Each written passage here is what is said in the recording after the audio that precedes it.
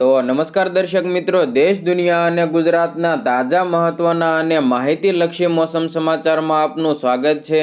દર્શક મિત્રો, આજના વિડીયોમાં ખાસ કરીને ગઈકાલે ગુજરાતના કયા વિસ્તારોમાં રીતસરનું મેઘતાંડવ જોવા મળ્યું, હવામાન વિભાગની આગાહી વચ્ચે ગુજરાતના કયા વિસ્તારોમાં ગઈકાલે જાણે આભ ફાટ્યું હોય તેવી પરિસ્થિતિ જોવા મળી હતી, તો કયા વિસ્તારોમાં ક્યારે જળબંબાકારની સ્થિતિ જોવા મળી, તો વળી તે ઉપરાંત હજુ પણ કેટલા દિવસ સુધી આવા વરસાદની આગાહી છે અને આજે ગુજરાતના કયા વિસ્તારોમાં હજુ પણ મેઘતાંડવ સર્જાવાની શક્યતા રહેલી છે તેના વિશેની સંપૂર્ણ માહિતી મેળવવાની છે। તો વળી છેલ્લા 24 કલાક દરમિયાન ગુજરાતના આંકડા જાહેર કરવામાં આવ્યા છે કે કયા વિસ્તારોમાં કેટલા ઇંચ વરસાદ પડ્યો તેના વિશેની સંપૂર્ણ માહિતી પણ મેળવવાની છે। તો વળી આ ઉપરાંત ગુજરાતના જાણીતા આગાહીકાર એવા અંબાલાલ પટેલ દ્વારા હજુ પણ ગુજરાતના કયા વિસ્તારોમાં આભ ફાટવાની આગાહી કરવામાં આવી છે, તે ઉપરાંત આજે વરસાદની સ્થિતિને જોતા ગુજરાતના કયા વિસ્તારોમાં શાળા કોલેજો અને આંગણવાડીઓમાં સરકાર દ્વારા રજા જાહેર કરવામાં આવી છે તે અંગેની સંપૂર્ણ માહિતી પણ આપણે આ જ વિડીયોમાં મેળવવાની છે। તો વિડીયોને અંત સુધી નિહાળતા રહેજો। વરસાદને લગતા આવા સમાચારોની અપડેટ સૌથી પહેલાં મેળવવા માટે અમારી ટ્રેન્ડિંગ ગુજરાત યુટ્યુબ ચેનલને અત્યારે જ સબસ્ક્રાઇબ કરી લેજો। દર્શક મિત્રો, ગુજરાતના ખેડૂતો જેની આતુરતાથી રાહ જોઈ રહ્યા હતા તે ચોમાસાની હવે ગુજરાતમાં ધમાકેદાર એન્ટ્રી થઈ ચૂકી છે અને અનેક વિસ્તારોમાં મેઘરાજા શરૂઆતથી જ પોતાનો પ્રકોપ દેખાડી રહ્યા છે। ગઈકાલે ગુજરાતના અનેક વિસ્તારોમાં રીતસરનું મેઘતાંડવ જોવા મળ્યું હતું। વીજળીના કડાકા ભડાકા સાથે અનેક વિસ્તારોમાં ધોધમાર વરસાદ નોંધાયો હતો। ત્યારે આજે સવારે પૂરા થયેલા છેલ્લા 24 કલાક દરમિયાન ગુજરાતના કયા વિસ્તારોમાં કેવો વરસાદ પડ્યો તેની ફટાફટ વાત કરી લઈએ। તો મિત્રો, ગુજરાતમાં ચોમાસું હવે સંપૂર્ણપણે સક્રિય બની ગયું છે અને મેઘરાજા શરૂઆતથી ધમાકેદાર બેટિંગ પણ કરી રહ્યા છે। છેલ્લા 24 કલાકમાં રાજ્યના 225 તાલુકામાં સાર્વત્રિક વરસાદ નોંધાયો છે। ખાસ કરીને દક્ષિણ ગુજરાતમાં મેઘરાજાએ રૌદ્ર સ્વરૂપ ધારણ કર્યું હતું, જેને કારણે અનેક વિસ્તારોમાં નીચાણવાળા વિસ્તારોમાં પાણી ભરાઈ ગયા અને જનજીવન વિસ્તાર પણ પ્રભાવિત થયું હતું। વરસાદના આંકડા ઉપર એક નજર કરવામાં આવે તો સૌથી વધારે વરસાદ વલસાડ જિલ્લામાં વાપીમાં નોંધાયો છે, જ્યાં માત્ર એક જ દિવસમાં 8.25 ઇંચ જેટલો વરસાદ પડી ગયો છે। આ સાથે જ સુરતના કામરેજના તાલુકામાં પણ 7.5 ઇંચ જેટલો મુશળધાર વરસાદ વરસી જતા હાઈવે અને આસપાસના વિસ્તારોમાં પાણી ભરાઈ ગયા છે। તો વળી આ ઉપરાંત દક્ષિણ ગુજરાત અને સૌરાષ્ટ્રના વિસ્તારોમાં પણ મેઘરાજા મન મૂકીને વરસ્યા છે। વલસાડના પારડી અને ઉમરગામ તેમજ ભાવનગરના ઘોઘામાં 6 ઇંચથી વધારે વરસાદ પડી ગયો છે। ડિઝાસ્ટર મેનેજમેન્ટના અહેવાલો પ્રમાણે રાજ્યના 5 તાલુકામાં 5 ઇંચથી વધારે વરસાદ, 12 તાલુકામાં 4 ઇંચથી વધારે મુશળધાર વરસાદ થતાં કેટલીક જગ્યાએ પૂર જેવી પરિસ્થિતિ પણ જોવા મળી હતી। મિત્રો, તમને જણાવી દઈએ કે બાકીના અન્ય તાલુકામાં 0.5 ઇંચથી લઈને 3.5 ઇંચ સુધીનો હળવાથી મધ્યમ વરસાદ નોંધાયો છે। ત્યારે હવામાન વિભાગ દ્વારા આગામી દિવસોમાં પણ રાજ્યના વિવિધ ભાગોમાં ભારે વરસાદની આગાહી કરવામાં આવી છે। ત્યારે આ વચ્ચે સૌરાષ્ટ્રના ભાવનગરના વિસ્તારો, અમરેલીના વિસ્તારો, આ ઉપરાંત બોટાદના વિસ્તારોમાં પણ ગઈકાલે મેઘરાજાનું રૌદ્ર સ્વરૂપ જોવા મળ્યું હતું। દર્શક મિત્રો, તમે ગુજરાતના કયા વિસ્તારમાંથી અમારો વિડીયો જોઈ રહ્યા છો અને તમારા વિસ્તારમાં ગઈકાલે દિવસ દરમિયાન અને રાત્રિ દરમિયાન વરસાદનું કેવું પ્રમાણ જોવા મળ્યું તે કોમેન્ટ બોક્સમાં તમારો અભિપ્રાય જરૂર જણાવજો। દર્શક મિત્રો, આ તો વાત થઈ આજે સવારે પૂરા થયેલા છેલ્લા 24 કલાક દરમિયાન ગુજરાતમાં પડેલા વરસાદ વિશે, પરંતુ હવે આજે દિવસ દરમિયાન અને આગામી દિવસોમાં પણ હજુ આ વરસાદી માહોલ કેટલા દિવસ જોવા મળવાનો છે અને કયા વિસ્તારોમાં હજુ પણ મેઘરાજાનું રૌદ્ર સ્વરૂપ જોવા મળવાનું છે તેને લઈને જાણીતા આગાહીકાર એવા અંબાલાલ પટેલે ફરી એકવાર નવી નક્કોર આગાહી દર્શાવી દીધી છે। તો અંબાલાલ કાકાની આગાહી ઉપર એક નજર કરી લઈએ।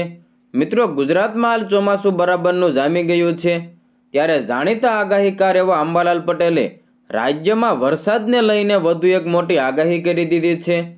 તેમની નવી આગાહી પ્રમાણે આગામી 72 કલાક ગુજરાત માટે અત્યંત મહત્વના સાબિત થવાના છે, કારણ કે આ સમયગાળા દરમિયાન રાજ્યના 50% વિસ્તારોમાં સારો એવો વરસાદ પડવાની સંભાવના છે. હવામાન અંગેની વિગતવાર માહિતી આપતા તેમણે જણાવ્યું કે દક્ષિણ ગુજરાતના કેટલાક વિસ્તારોમાં હજુ પણ ભારે વરસાદ પડવાની શક્યતા છે. સૌરાષ્ટ્રની વાત કરવામાં આવે તો ભાવનગર અને અમરેલી પંથકમાં મેઘરાજા મન મૂકીને વરસી શકે છે. તો આ ઉપરાંત ઉત્તર ગુજરાતના સાબરકાંઠા અને અરવલ્લી પંથકમાં પણ સારો એવો વરસાદ થવાની સંભાવના છે. જ્યારે મધ્ય ગુજરાતમાં ખાસ કરીને પંચમહાલ અને વડોદરાના ભાગોમાં 4 ઇંચ કે તેથી વધારે વરસાદ પણ પડી જાય. તો બીજી તરફ અમદાવાદ અને પાટનગર ગાંધીનગરના નાગરિકોએ પણ તૈયાર રહેવું પડશે, કારણ કે આગામી 36 થી લઈને 72 કલાક દરમિયાન અહીં ગાજવીજ સાથે હળવાથી મધ્યમ વરસાદ થવાની પ્રબળ શક્યતા છે. જોકે પશ્ચિમ સૌરાષ્ટ્ર અને કચ્છના વિસ્તારના લોકોને હજુ થોડી નિરાશા મળે તેવી શક્યતા છે, કારણ કે ત્યાં હાલ પૂરતો વરસાદ ઓછો રહેવાનું અનુમાન છે. વરસાદ વરસ્યા બાદ ખેડૂતો અને સામાન્ય લોકોને થોડી રાહત પણ મળશે.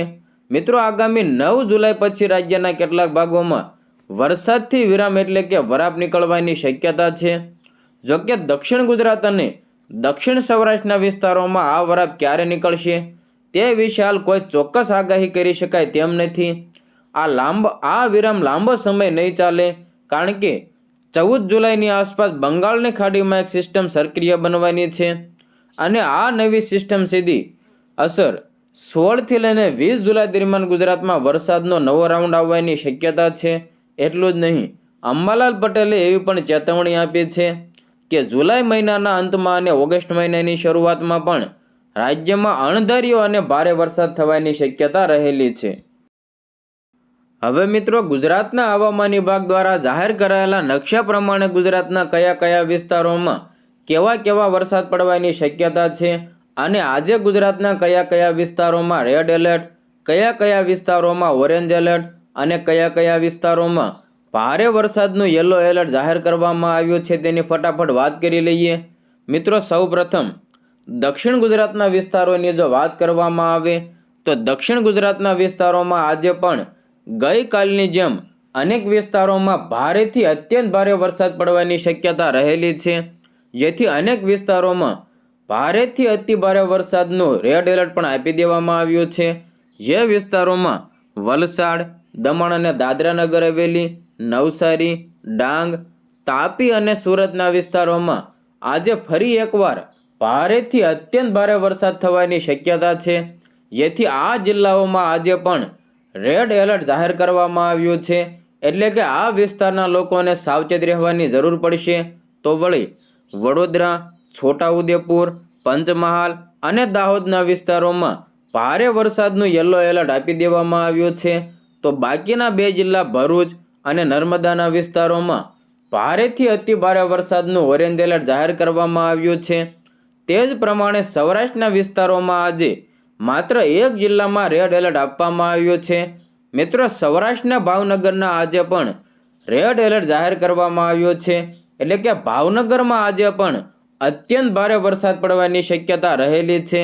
તો અમરેલીના વિસ્તારોમાં આજે પણ ભારેથી અતિ ભારે વરસાદ અને ગીર સોમનાથના વિસ્તારોમાં ભારે વરસાદ પડવાની શક્યતા રહેલી છે. તો ગુજરાતના બાકીના વિસ્તારોમાં પણ સામાન્યથી મધ્યમ વરસાદ પડવાની શક્યતા રહેલી છે. હવે મિત્રો, આજે ગુજરાતના વિસ્તારોમાં જ્યાં વરસાદ પડવાની શક્યતા છે અને જેને લઈને તંત્ર પણ એલર્ટ મોડમાં આવી ગયું છે અને આને કારણે અનેક વિસ્તારોમાં શાળા, કોલેજો અને આંગણવાડીમાં પણ રજા જાહેર કરવામાં આવી છે. તો કઈ આંગણવાડી અને શાળા કોલેજોમાં રજા જાહેર કરવામાં આવી છે તેની ફટાફટ વાત કરી લઈએ. મિત્રો, દક્ષિણ ગુજરાતના વિસ્તારોમાં આજે શાળા, કોલેજ અને આંગણવાડીમાં રજા જાહેર કરવામાં આવી છે.